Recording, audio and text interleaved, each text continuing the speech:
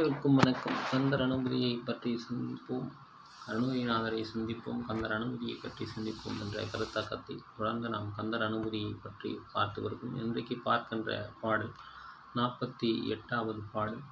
முருகப்பெருமான் இந்த பாடலில் முருகப்பெருமானிடம் அருணகிரிநாதர் என்ன கேட்கிறார் என்று சொன்னால், மேலான தவநிலை அருள்வாய் முருகப்பெருமானே, அதாவது அறிவற்ற நிலையை எல்லாமே நீதான் என்று ஒரு சரணாகதி தத்துவத்தை இந்த பாடலில் அவர் உரைத்திருக்கிறார்.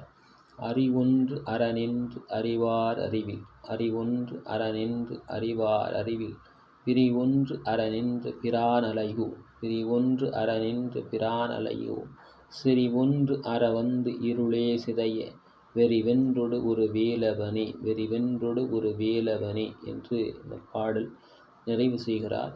செறிவு ஒன்று அற வந்து உலகாயுத பந்த பாசங்களை, நெருக்கமான உறவுகளெல்லாம் அற்றுப்போகும்படி ஏற்பாடு செய்கின்ற அந்த பரம்பொருளினுடைய தன்மையை எடுத்து சொல்கிறார்.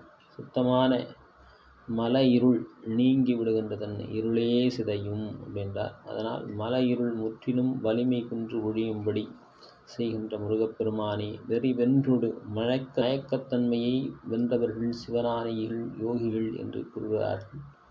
நாம் மயக்கத்தில் மாட்டிக்கொண்டு வாழ்க்கையை துளைத்து கொண்டிருக்கிறோம். வெறி வென்றொடு அப்படின்ற குரு வேலவனே, பொருந்திருக்கும் வேலாயுத கடவுளை, அறிவொன்று அற. அப்போ அறிவு தன்மை அற்று ஜீவபோத தன்மையை நமக்கு தெளிவுபடுத்துகிறது. எதுனாலும் ஒருத்தன் கேள்வி கேட்டினா சந்தேகம் இன்னும் இருந்துகிட்டே இருக்குன்னு அர்த்தம். ஒருத்தர் முழுமையாக நம்பவில்லை. சந்தேகமாக இருந்தால் வாழ்க்கை நல்லாவே இருக்காது. ஆனால் அறிவு இருக்கின்ற பொழுது தான் அவன் கேள்வி கேட்டினார். தான் சொல்கிறார், கற்றதனால் ஆழ்ந்த பயனென்கொள் அப்படின்றார்.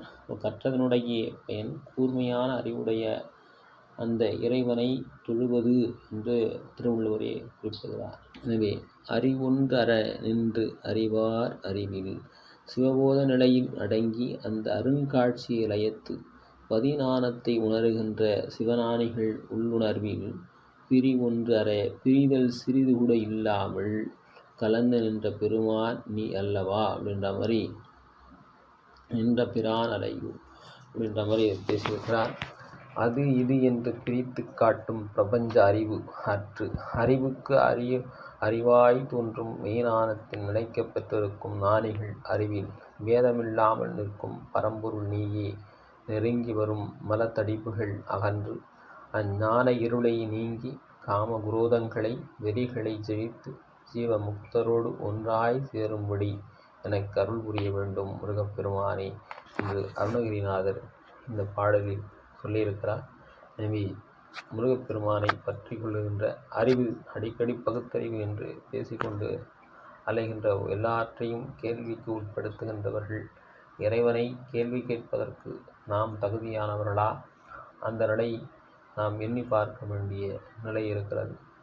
அந்த நிலைக்கு நாம் இருக்கிறோமா என்பதை இந்த பாடலில் அவர் மறைமுகமாக கூறியிருக்கிறார் என்பது தெளிவாக இருக்கிறது. எனவே மீண்டும் சந்திப்போம், நல்லவற்றை சிந்திப்போம். பிடித்திருந்தால் சப்ஸ்கிரைப் பண்ணுங்கள், லைக் பண்ணுங்கள், ஷேர் பண்ணுங்கள். மறக்காமல் சப்ஸ்கிரைப் பண்ணிட்டு பாருங்கள். நன்றி, வணக்கம்.